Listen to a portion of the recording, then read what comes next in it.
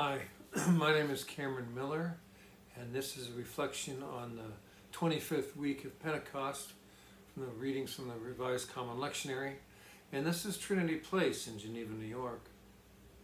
So 37 or 38 years after Jesus was executed, the Roman army reduced the temple in Jerusalem to ruins and conducted a campaign to eradicate Jews from Judah and Galilee and the region all around them.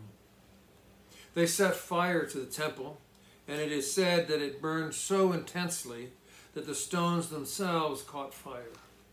The only thing that remains today is the Western Wall, often called the Wailing Wall, which rests underneath the Muslim Haram Sharif, or noble sanctuary.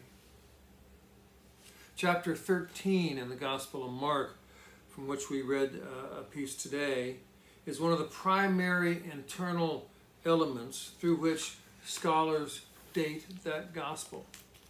The majority of gospel scholars still ascribe a date of about 70 CE to the text that was anonymously written but universally referred to as Mark. The destruction of the temple dates it. In other words, Mark is standing on the other side of the rubble from Jesus, and he's looking back across recent history, back across the Roman Empire, for he's writing his gospel in Greek from as far away as Rome itself, and certainly no closer than Antioch in modern-day Syria.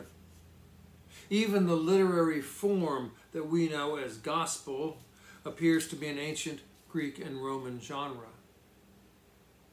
As I've said before, the destruction of the temple, which Mark has Jesus predict almost 40 years before it happens, is the very dividing line between before and after.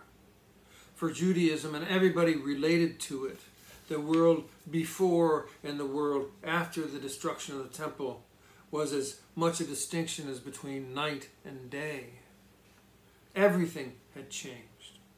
The Gospel of Mark was written on the knife's edge between before and after. It's believed that Mark wrote his Gospel in the year 70, or very soon after, as the smoke was still clearing, and it was as yet unclear how the world would be different, but that it would be. Now, why am I telling you all this? Well, I have a confession to make. When I'm working on a sermon and I'm having a difficult time figuring out where it's going or if it's going anywhere, I will distract myself with history. I'll read it all over again.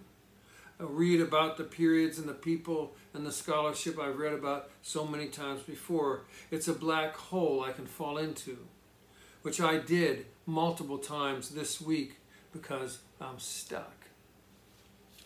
Honestly, I am stuck.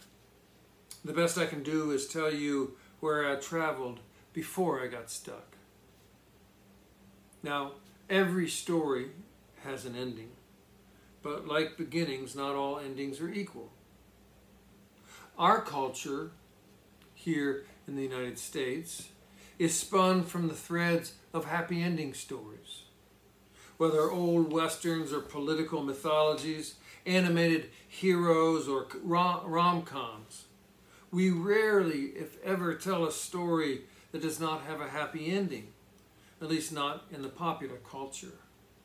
And that's because, I theorize, that the other thing about our stories that we tell is that they are all mostly commercialized, told for the purpose of making money or contributing to power. Happy endings sell better than unhappy ones, since consumers like to feel good after they've bought something. Still, every story does have an ending of one kind or another. We tend to think of the gospel as ending with the resurrection, a kind of tortured happy ending, literally tortured happy ending. But that's not how Jesus chose to end the story of his public ministry in the Gospel of Mark and Luke and Matthew. Actually, the way I should say that is that each of those Gospels, in each of those Gospels, the editor or storyteller chose to use this as the final story that Jesus told publicly. Jesus, of course, did not write or dictate the Gospels. Mark, Luke, and Matthew did. And for some reason, I don't think it's even clear why, for some reason the story of Jesus talking about the temple and the apocalypse was the last public story they had Jesus tell. There were numerous stories about Jesus going forward, but this was the last public story Jesus told. Now, this is a very important aspect of the gospel, I think. It's one that we almost never talk about. Jesus' last public story in each of the synoptic gospels is the one about the destruction of the temple. It's the prelude to a story about the end of time, and it's a pretty doggone dark story, not a happy ending story. In all three gospels, the last story Jesus tells is provoked by some knucklehead oogling at the temple, and exclaiming, "Oh, how beautiful it is." Something about that sends Jesus into this darkened depths to forecast what's going to happen at the end of time when God is out of patience and human beings run out of options. Jesus was living close to the end, and he knew it. And he knew that his companions were living close to their end too. I'm guessing that that was a terrible grief. A terrible grief that plagued his thoughts and filled his heart. So when someone made a stray comment about, oh, the beauty of the stained glass windows, or those lovely angels at the apex of the roof beams, all that emotion came gushing out. Of course, that was a description of a church, not the temple. But let's step back from Jesus for just a moment and think about the temple and the thousands and thousands of people who were in awe of it, who adored it, who paid whatever they had to pay to use it, to be part of it, and to support it. Never mind that it was built and maintained by a coercive system of religious taxation, not all that different from the corruption of paying indulgences that Rome created a few centuries later. For tens of thousands of people, the temple was the one place on earth where God resided. It was holy. In the most profound sense of that word, it was holy. And at the center of it, the Holy of Holies. Still today, just the ruins of it is considered by some to be that kind of holy. For Jesus to predict it dismantling, to mock it even, some might say, would have been deeply disturbing. But somehow, while others valued and adored it, Jesus was able to keep his perspective about it. It was a trifle, a mote, a bit of dust in God's scheme of things, rather than the center of the universe. If we're being honest with ourselves, you and I have many times put our passions and our belief and our loyalty into the wrong things. We probably continue to do so. Surely there was once or twice that something we thought was so important that we overcommitted ourselves to it.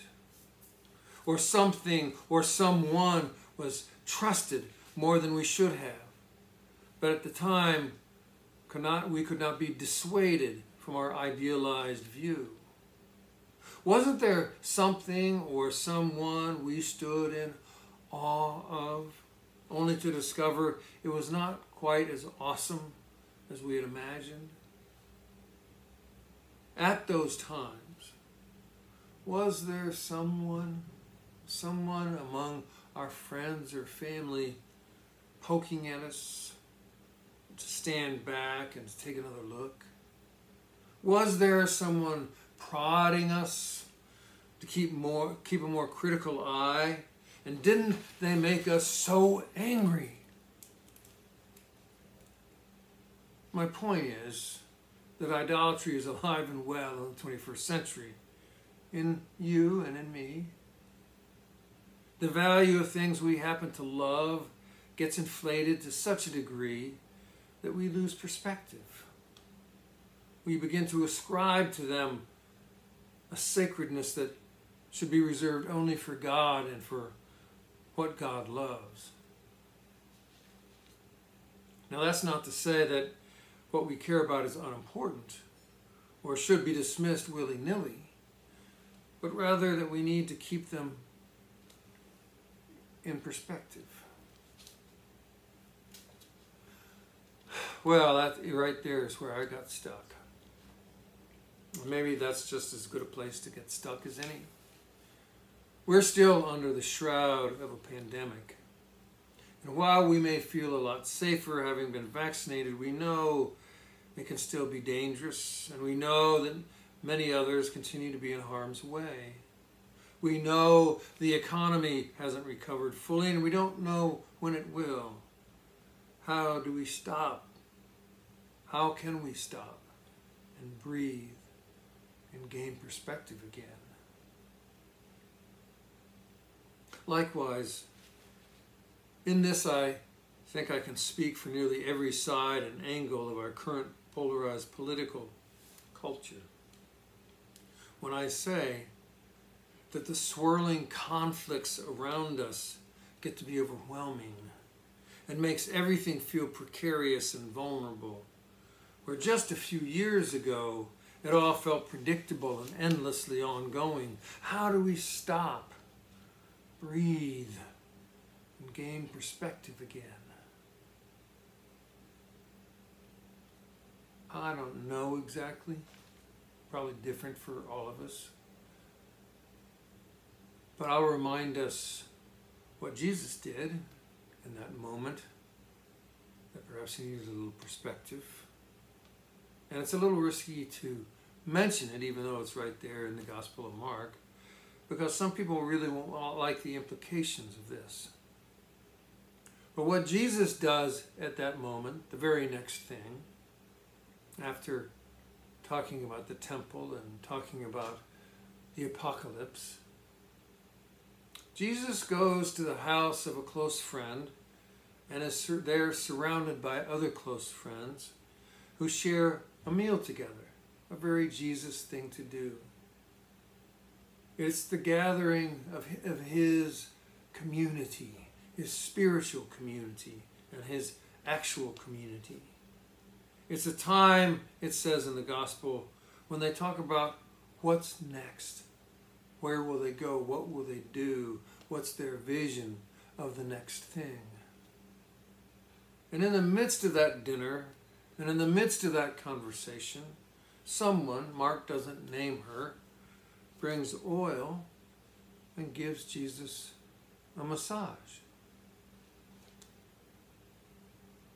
Now that seems like a pretty good metaphor to me for how to get perspective when we need it. To place ourselves in the arms of community and to do the things that we know will care for our wounds.